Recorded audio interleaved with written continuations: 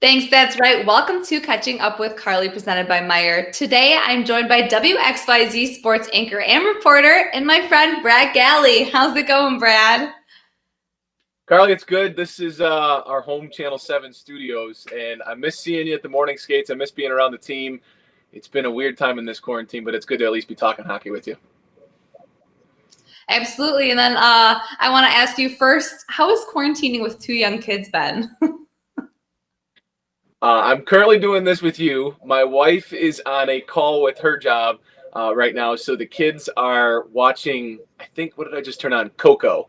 But no, that's about the only time they watch movies is when we're on the same call. But they've been great.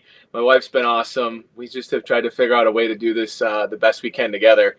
And I don't know, being able to watch them grow every second of the day because we're all here together has actually been a really cool blessing in disguise.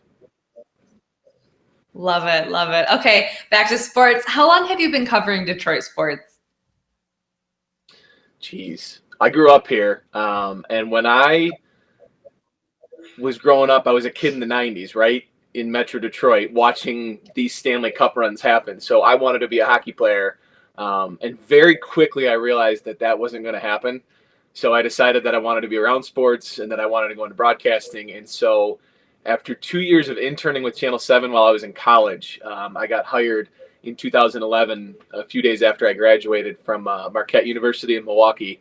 And I've been with Channel 7 since, so since 2011. 9 years and counting now. I've been with the Channel 7 Sports Department. Wow, that's incredible. Okay, let's dive right into hockey, though, and the Detroit Red Wings. And we heard over the weekend the NHLPA and NHL issued statements saying that they have reached an agreement on a return to sports phase 2 protocol. Okay, so the only problem is the Red Wings are not involved in that return to play, with only 24 teams being in that. Brad, what's your take on this return idea? I guess it's the best case scenario for the league and for the players. They had the players vote on it. You heard from some of the teams, Tampa Bay being one of them, that voted it down. The concerns about bringing back a 24-team format when there were 2 weeks left of the regular season. And the Red Wings, I talked to Jeff Blashill just a couple weeks ago, and he said he wanted a chance to finish out this season and wanted a chance to finish, especially maybe that first line that was playing so well, finish out to see what they had been going and what they had been doing. Anthony Mantha had 14 points in the last 14 games. It's disappointing to not be able to see the last 2 weeks of the regular season for the Red Wings, even though they had clinched last place in the league, even though we knew for a long time this wasn't a playoff contending team. It's still the game we love. It's still the team that so many people in this state and around this world love to watch. It's disappointing that we likely won't be able to see the Red Wings finish this season out, but I think it's going to be a really exciting format. I think the league has concocted a plan to give us something to watch at home. While there probably won't be people in the stands watching this, Carly, I think it'll be thrilling. I think the fact that you're going to have these 5-game series between teams that are, not exactly, I mean, you're having a 12 seed against a 5 seed, and you've heard some arguments saying, well, hold on, what if a 12 seed, what if a double seed team, upsets one of these teams that was bound for the playoffs anyways? That's going to be really fun to see if it happens, in my opinion. And then you have those top 4 seeds duking it out for playoff positioning. I think when we want sports, and we do right now more than anything as sports fans, we're going to get it in a really thrilling way with this format. You brought up a good point when you said that the Red Wings wanted to finish out the season. Like, a lot of these guys have been injured for the better part of the season. Like, Philip Zadina didn't really get to finish that streak he was on, and Anthony Mantha as well. Yeah, and a guy like Jimmy Howard, 36 years old and unrestricted free agent, he's had varying degrees of success in Detroit, but he's been the netminder for this Red Wings team for so long. 36 years old and unrestricted free agent. The injuries he's had, I guess the lack of success he's had with the defense in front of him. We may have seen the last of Jimmy Howard, and his career may have ended 2 weeks faster than he ever expected. So I think for the back end, you see Jonathan Ericsson, Trevor Daley, a couple guys that have been staples on this defense for a few years now, Ericsson especially for over a decade. We may have seen the last of them in Red Wings uniform. So as the page turns on an era of Red Wings hockey, I think this pause in the NHL season and ultimately the end of this season that ends abruptly and early for this team, I think we'll see a lot of faces ushered out a lot faster than we thought. And how do you feel this quarantine is affecting players' conditioning and skating if they don't have access to a rink and gym? So I'll tout my own conditioning, which is rare and doesn't happen a lot. But I was out for a jog the other day and nearly got hit by a car. I didn't, but it was Dylan Larkin who had driven down the road and started laughing. He goes, "Hey, watch where you're running."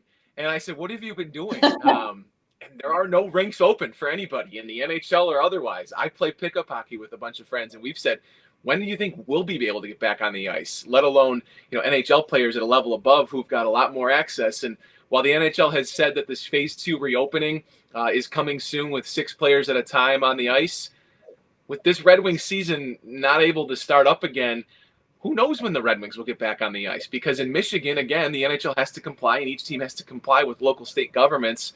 June 12th, we're still shut down here. So I don't think players have been doing much on the ice, if anything at all. The good news for everybody competing in this 2014 tournament, they're all going to be in the same playing field. So it's going to be really interesting. And I know Connor McDavid was very vocal from Edmonton saying, it'd be nice to get back into the swing of things before we just, boom, get into the playoffs. But it looks like, boom, they're just going to get right back into the playoffs. It'll be really interesting to watch.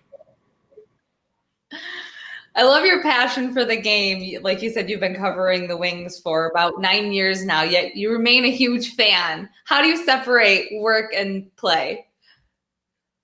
You have to. And I think I knew that page had turned for me a while back. I mean, over my shoulder, I've got bobbleheads from that 2002 team. And while a few of those guys are running the team now, you have to separate it. And I have a responsibility to our viewers and to sports fans in town when we go to the press conferences, when we go and talk to the guys, when you build up those professional relationships. And Carl, you know it well too. When somebody hasn't scored for 12 games, you have to ask them the question of what's going on. Try to get to the bottom of what's happening. And maybe that guy's got a sore back that he hasn't talked about. Maybe something's going on with him, and maybe the preparation isn't there. And you and I see it in practice some days when things just aren't clicking. You've got to keep it honest. And again, that responsibility to people that watch us on Channel 7 and watch this team from afar. We've got to ask the tough questions. Like, Steve Yzerman at the trade deadline, when he meets with us and we ask about the future of a few different guys, it's uncomfortable, but we've got to ask those questions. We've got to be there, and we've got to bring accountability to this team that so many people follow with such passion. Absolutely. And it seems that the same goes for the Detroit Tigers. You were in Lakeland at spring training in February. Can you assess what you saw from the team? A lot of, I think, youthful excitement. Carley, Casey Mize, Matt Manning, a bunch of those young arms, there is a lot of buzz around them. And there has been buzz around prospects in Tiger Town for the 9 years that I've been going in and out to Lakeland. But this was different. And I think especially when you have a rebuild that you are going head first in like the Tigers are going, you want prospects that you can go, okay, we can build around him. We can build around him. He's a potential piece. Wow, he looks really special.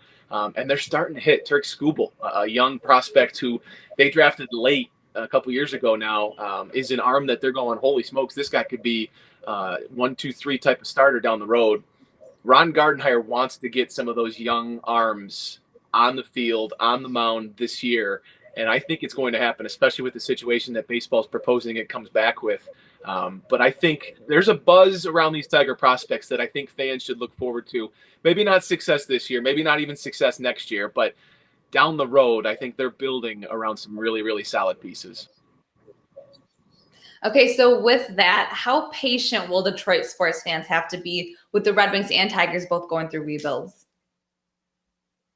I never like telling people how patient to be with how they spend their money or how they have their passion. It also fuels it. I mean, negativity sometimes fuels the attention around these teams, but Detroit sports fans are the best, and they are honest.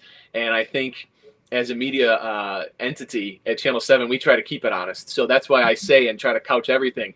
Success may not come very fast for this Red Wings team, for this Tigers team. But I think the patience will pay off. I'll put it that way to you, Carley. I think with the Tigers, they've shown an ability in years past to have the money to at least dive in and grab free agents. And while Chris Illage is driving the ship in management, he's been very open and honest to say he'll spend the money when the time is right with this Tigers team. And I think with the Red Wings, what Steve Yzerman has done in the front office since he's been here is shown an ability to not be afraid to make moves. He made a ton of trades, Carly. You and I would be in that locker room and say, where are the new guys? I mean, there'd be 3 or 4 new guys, it seemed like every month in that room on deals that Yzerman would make to try to not just reshuffle the deck chairs, but try to give guys like Brendan Perlini an opportunity, Robbie Fabry an opportunity to come in and prove themselves in a new environment and see if they can hit. And maybe turn Robbie Fabry into a piece that we thought he may move at the deadline. Ultimately, he didn't. He's a restricted free agent that this team may want to bring back and keep, on a second or third line going forward. But Yzerman's shown an ability to be aggressive. He's shown an ability to try to go get his guy like he did in the draft with Moritz Seider. He's a confident man who showed in Tampa Bay that he can draft and take chances and pick up on people that a lot of teams pass on. He's a great hockey mind. He put a lot of great hockey minds around him. And I think in Detroit especially, there's ultimate confidence in what Steve Yzerman's doing. All right, last question. As a fan and as a sports reporter, what do you miss the most about live sports? It's corny, but the people, right? I mean, what do we love Joe Louis Arena memories for? We love it because you remember the thrill and the vibe of just being around a winner. And at Comerica Park, I remember sitting in the stands in 2012 and just absolutely freezing, but watching people go nuts because it was the World Series. And you're there with your uncle, you're there with your dad, you're there with your daughter, you're there with your grandma. Those moments that we're not having right now, I think, is what everyone is craving. And yes, the sports that we can watch on TV are certainly special, but it's the people that you surround yourself with and that you experience those with that make it so special. I call you a friend, you call me a friend as we start this. I have so many friends within the organizations, both the Red Wings and the Tigers down the road, that I miss seeing at the ballpark, that I miss seeing at the rink. And bringing that kind of content to our viewers and the people that watch Channel 7, I'm missing all of it, but certainly the thrill of watching these teams together with people, that's what I'm missing the most.